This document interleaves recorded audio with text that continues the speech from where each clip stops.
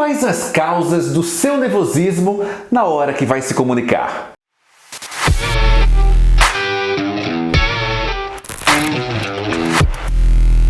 Salve para você, o Wendel Rodrigues aqui falando. Baita alegria ter você aqui. Se ainda não é inscrito no canal, se inscreve e já aciona o sininho, porque todas as vezes que eu publicar conteúdo, e tem conteúdo diário, você vai ser avisado, você vai receber o aviso. Combinado então? Vamos lá então? Olha aqui.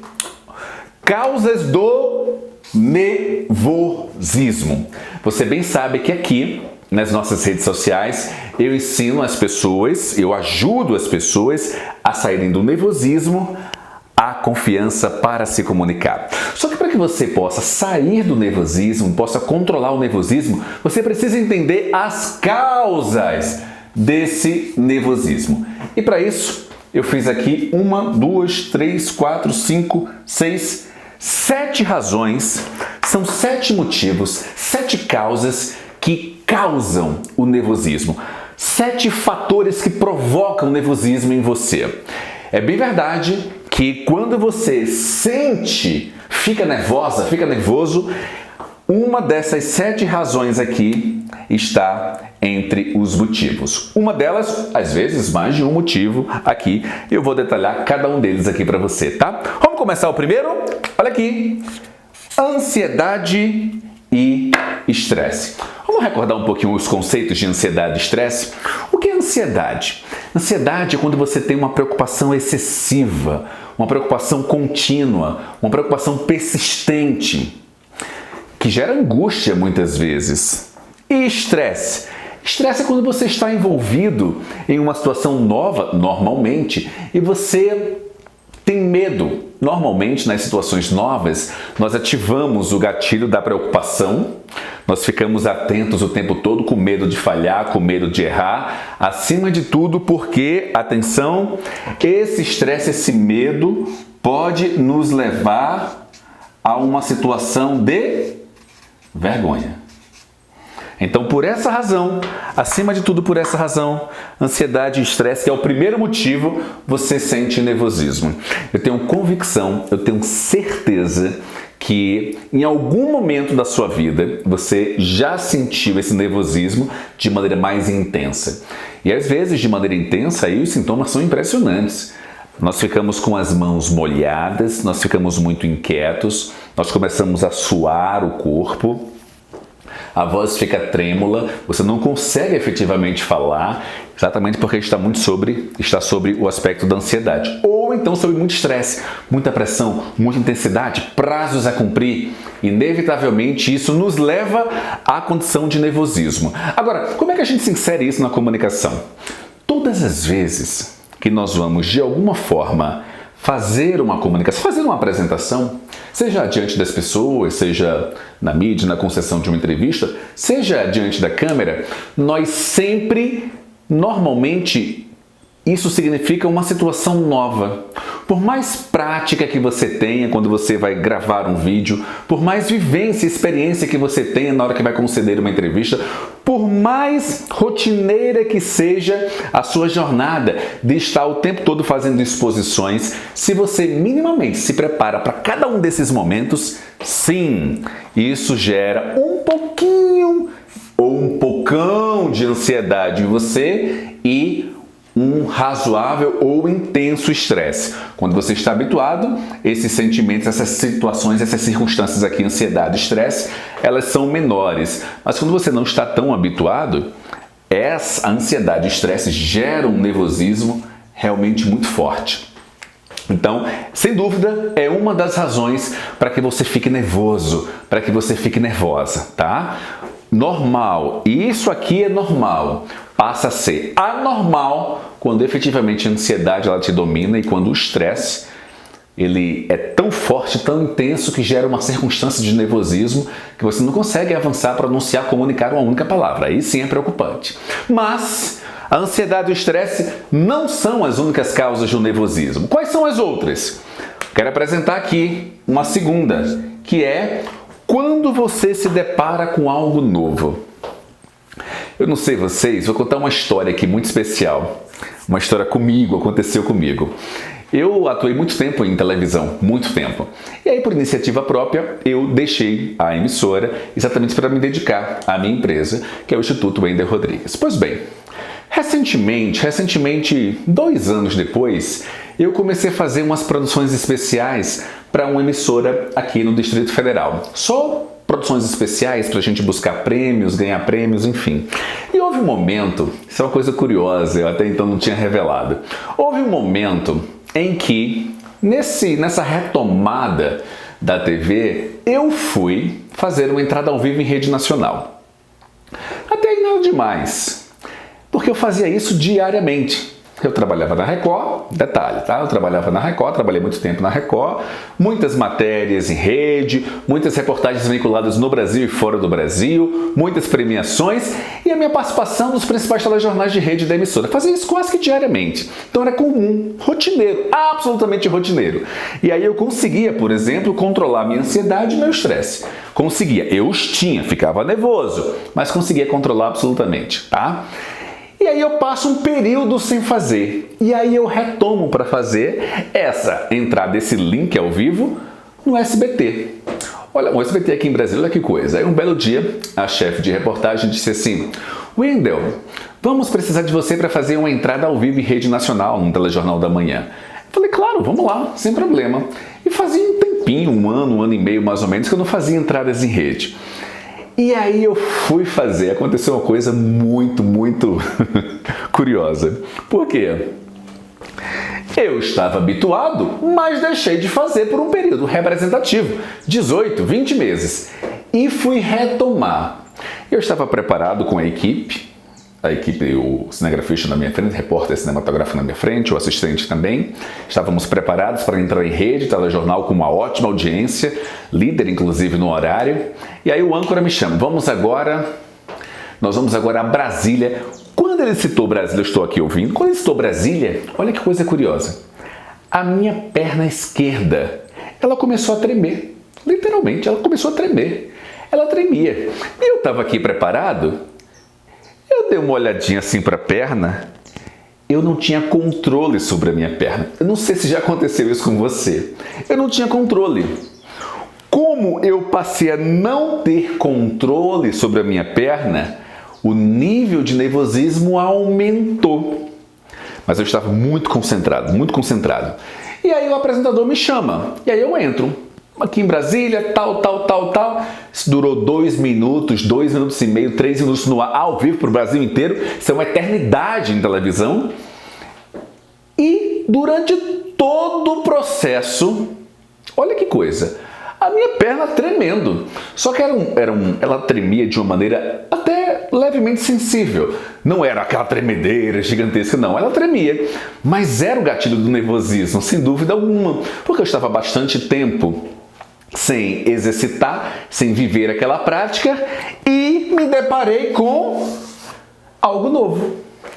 Não era tão novo, mas eu voltei a conviver com aquela circunstância nova. Resultado, durante os 2 minutos e meio que eu estive no ar, a perna estava tremendo. Só que ela ficou, com o decorrer do tempo, conforme o tempo foi passando e eu estava absolutamente desenvolto, mesmo assim desenvolto, não houve nenhum travei nenhuma vez, titubeei, o que seria normal, tá, gente? Todo mundo vive uma situação como essa. Na hora que você vai gravar um vídeo, na hora que você vai falar diante das pessoas, na hora que você vai entrar ao vivo, sendo entrevistado ou profissional de comunicação ou jornalista, isso acontece.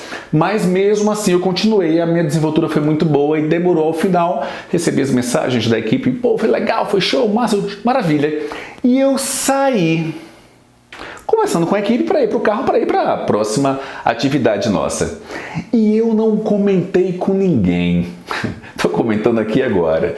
Mas quando eu entrei no carro e nós fomos em relação a outra pauta, eu fiquei lembrando, caramba, que coisa, quem diria? Depois de 17 anos, mais de 2.000 reportagens realizadas, devo ter entrado ao vivo em rede mais de 500, 600 vezes e, no entanto, naquele momento, na retomada e a minha mente, meu comportamento naturalmente compreendeu como algo novo, a perna tremeu. Nos primeiros 30 segundos tremeu bem forte, mas depois ela foi diminuindo, mas eu concluí e ela estava tremendo. Eu cito esse exemplo apenas para que você possa entender que todas as vezes que você vai se deparar, vai fazer, vai realizar, vai produzir, vai conduzir uma circunstância nova, é natural que você fique nervoso, que você fique nervosa. Fique presente para isso, tá bom? Nada de meu Deus. Agora, o que eu sugiro? Eu até pontuo isso muito com os meus alunos. Eu sempre digo, olha, nós precisamos e devemos mostrar, claro, vulnerabilidade, mas dependendo da circunstância, muito zelo nessa exibição de vulnerabilidade. O que é exibição de vulnerabilidade que eu estou aqui me referindo? Estou, inclusive, nesse tópico aqui, tá? A causa do nervosismo, algo novo, quando você faz algo novo. O que é isso? Quando você concluir alguma coisa, seja um vídeo, concluir uma exposição, seja alguma coisa na TV, no rádio, nas redes sociais de uma maneira geral, uma live, uma transmissão ao vivo, não importa. Quando você for comunicar, mesmo que você viva aquele nervosismo, aquela inquietação, tá tudo bem, você já compreendeu, é algo novo. Mas ao final, você não precisa ficar replicando e reproduzindo isso para todo mundo, não. Por que eu estou dizendo isso? Porque isso pode, atenção, isso pode provocar um efeito não interessante para você. E que efeito é esse ainda não interessante para você? Ora, se você vai fazer uma apresentação, vai participar de uma live, e você começa a ficar nervoso, nervosa, e é natural, mas você conduz bem a live, beleza, tranquilo. No final, aí você vai conversar com um amigo, uma amiga, 2, 3, 10 pessoas, vão mandar uma mensagem, dizer que gostaram, que foi bacana e tal, e você vai dizer para todos, nossa, eu fiquei muito nervosa, nossa, eu fiquei muito nervoso, nossa, quase não conseguia. Não precisa. Porque essas pessoas que vão ouvir esse excesso seu de relato, pensarão, poxa, fulano ou fulana ficou muito nervoso ou nervosa. Então eu acho que não é de bom tom chamá-la para uma próxima ocasião. Faz sentido? Não estou dizendo nem recomendando que você eu sou mal, porque não é. Eu citei aqui 17 anos depois, minha perna tremendo, mas qual foi o único comentário que eu fiz, para ser muito fiel ao relato? Quando nós estávamos indo a caminho do carro, eu comentei com o cinegrafista máquina, eu falei, caramba, eu fiquei com minha perna esquerda tremendo. Eu imaginei que, olha que coisa, eu imaginei que não fosse conseguir concluir. Apenas isso, e nada mais. E eu não fiquei, aí eu disse para outro, nossa, olha, quase não conseguia. Nossa, quase, não precisa. Você partilha 1, 2 vezes e tá tudo bem, segue o jogo. A vivência, a prática, a circunstância, acima de tudo, a frequência permitirá que você possa controlar esse nervosismo. Só para deixar bem claro, o problema não é você ficar nervoso, nervosa. O problema é você não controlar esse nervosismo. Todos ficam, gente. Todos ficam. Percebam isso, tá? Só para ficar presente para você. Combinado? Mas existe outra causa também do nervosismo. E qual é? Quando você não domina o assunto. Eu sou categórico com os meus alunos. Categórico. Esse é um dos pilares, inclusive, do meu método. Quando você vai transmitir uma informação, uma mensagem, só fale sobre aquilo que você domina. Ponto. Vou repetir. Só aceite falar sobre aquilo que você domina. Vai fazer uma exposição? Vai conduzir uma reunião sobre determinado tema? Você conhece? Você efetivamente tem confortabilidade? Fica absolutamente confortável quando vai trabalhar esse tema? Ah, não fica? Então não vai não. Ah, você vai participar de uma live sobre um assunto que não é a sua principal expertise. A minha recomendação, não vai não. Ah, você é convidado para conceder uma entrevista na TV, no rádio, para exatamente produzir o seu conteúdo sobre um assunto que você não tem esse domínio pleno e tranquilo. Minha recomendação, não vai. Sabe por quê? 2 razões. A primeira, você não vai ser percebida agindo dessa maneira como alguém absolutamente, atenção, absolutamente com autoridade para falar naquela temática. Porque se você aceitar falar sobre tudo, As pessoas vão olhar para você e vão dizer, ah, fulano, ele é o cara da saúde. Ah, fulana, ela... Vamos pegar esse mesmo exemplo. Fulano, é o cara da saúde. Não, ele é o cara da nutrição. Não, ele é o cara da fisioterapia. Não. Peraí, decida, defina-se. É importante você estar presente para isso. Percebe? Isso é fundamental. Eu ainda não aceito falar sobre outras temáticas. Eu falo sobre comunicação, porque eu quero ser o cara da comunicação.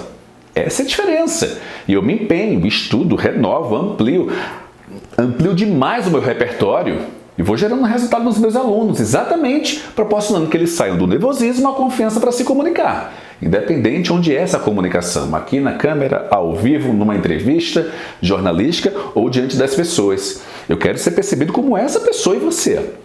Vai ser percebido como o cara disso, o cara daquilo, a profissional disso, não define o norte a ser seguido, porque senão as pessoas não vão conseguir perceber exatamente o que você faz ou a competência que você tem. Os profissionais liberais, eles pecam muito nesse aspecto. Vamos pegar lá um profissional liberal, vamos lá. São tantos, né? Nós temos advogados, nós temos médicos, nós temos nutricionistas, fisioterapeutas. Mas vamos lá, vamos pegar advogado. O advogado, a gama do direito é muito ampla. Eu digo isso porque eu tenho muitos alunos do universo do direito. Juízes, desembargadores, ministros aqui em Brasília, inclusive, que a gente atende, defensores públicos, promotores, muitos advogados das mais diversas áreas. Ora, se você é advogado trabalhista, não aceite falar sobre outras coisas, não. Ah, porque é uma oportunidade que eu vou aparecer. Será que é apropriado você aparecer dentro de uma temática que não é a sua expertise? Percebe isso, a importância? Então, olha, tenha muito cuidado. Se você não domina o assunto, não diga sim diante das oportunidades. Tenha certeza, o não, ele também é importante. O não, ele também te ajuda a só focar no que realmente interessa. Essa é a primeira razão para que as pessoas não vejam você como um profissional múltiplo, não saiba identificar exatamente como é. É óbvio que todos nós precisamos, só para deixar bem claro, muitas coisas ao mesmo tempo. Mas a questão é, você quer ser percebido, você quer ser percebida de que maneira? Qual é a referência que você quer? Como um profissional generalista ou um especialista em alguma coisa? Percebe? E a segunda razão é que quando nós não dominamos o assunto, diante de uma pergunta, basta uma perguntinha um pouquinho mais elaborada, a gente vai titubear, a gente vai gaguejar, a gente não vai comunicar de maneira apropriada e muito menos projetar confiança, que é o mais importante. É isso que você quer? Aí alguém faz um questionamento que está um pouquinho fora do seu escopo de atuação e você... Então, sabe como é que é? Eu vejo isso muito em empreendedor também. Atenção. Seu produto é X, eu sei que você conhece um pouquinho de Y também. Mas se alguém perguntar sobre Y, você até pode, claro, justificar, explicar, ponderar alguma coisa. Mas se a pessoa começa a perguntar detalhes de Y, seja muito franco. Seja muito claro dentro desse propósito, porque senão você pode transmitir, muitas vezes você é questionado, empreendedor, sobre o produto Y, até para testar a sua capacidade de conhecimento. Se perguntar sobre X ia ser ótimo, né? Você ia discorrer, ia desenvolver, ia falar, ia comunicar de maneira tranquila, mas vai perguntar sobre Y, aí você vai querer demonstrar algo que você não sabe e vai titubear aqui na explicação.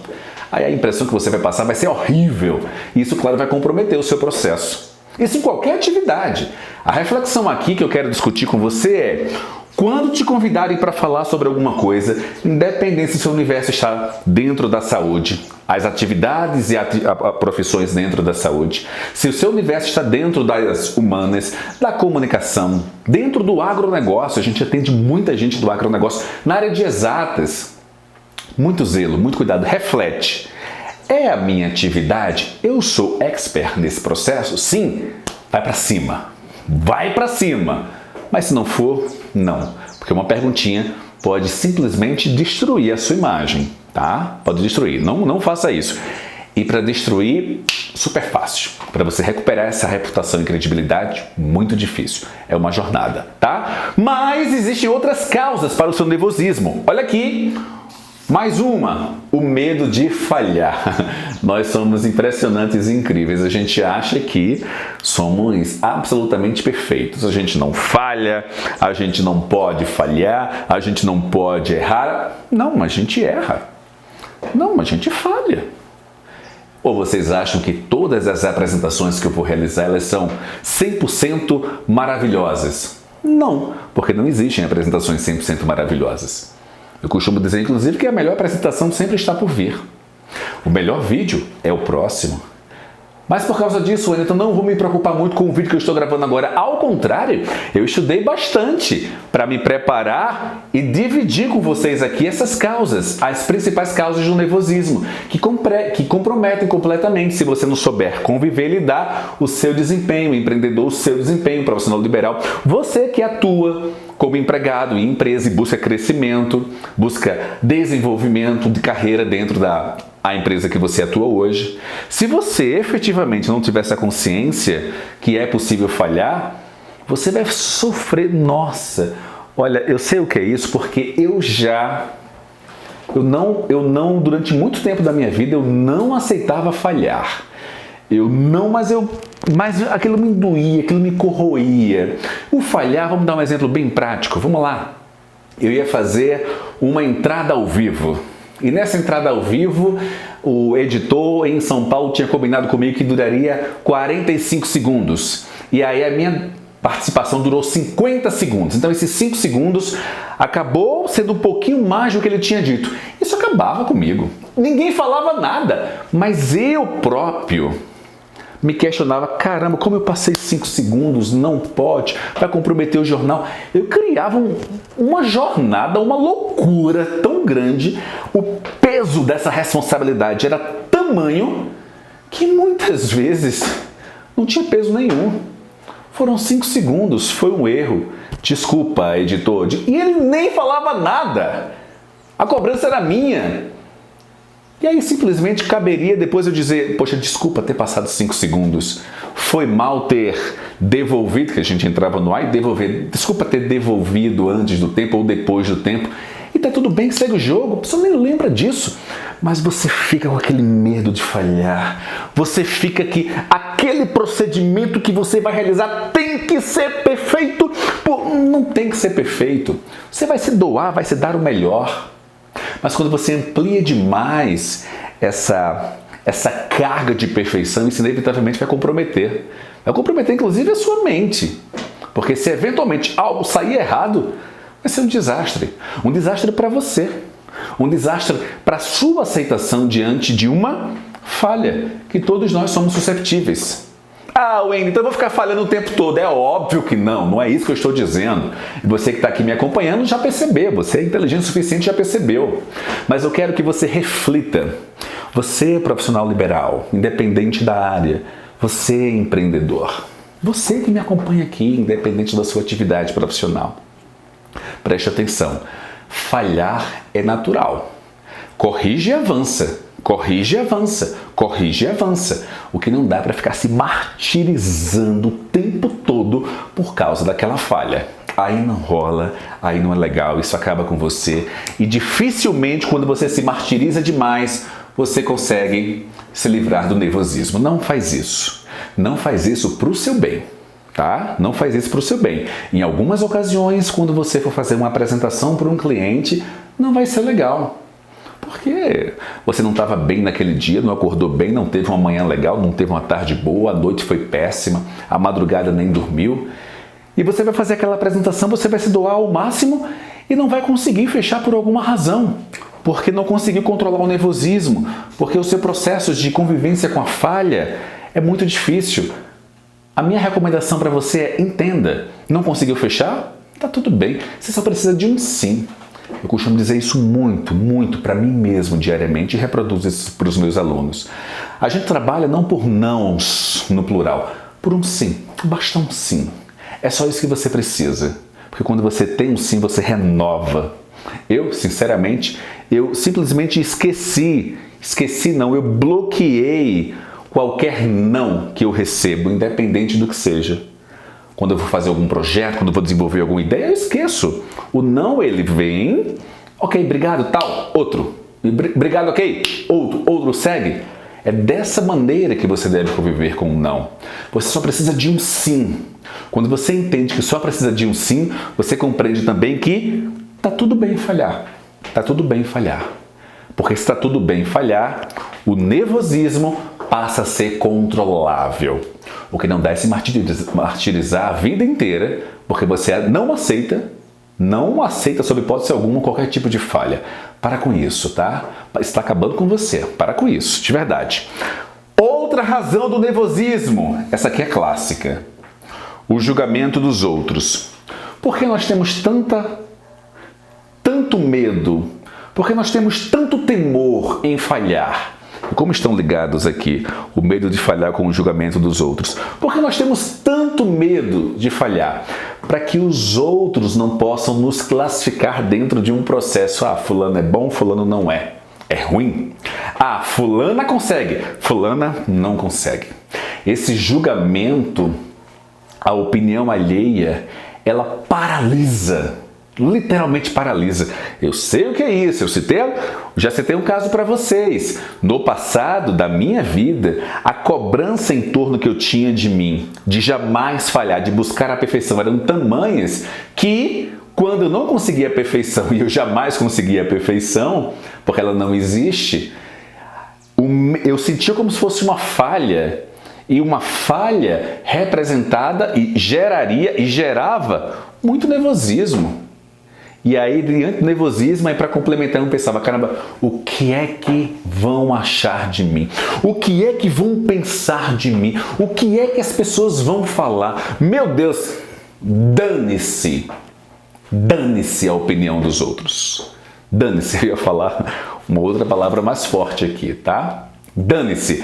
Até porque, se você me acompanha aqui, você sabe que existe a regra dos 3%. A regra dos 3% é: no mundo, independente do que você fizer, independente do que você disser, independente do que você vestir, independente do que você apresentar, independente do que você realizar, 3% das pessoas não vão gostar de você por alguma razão.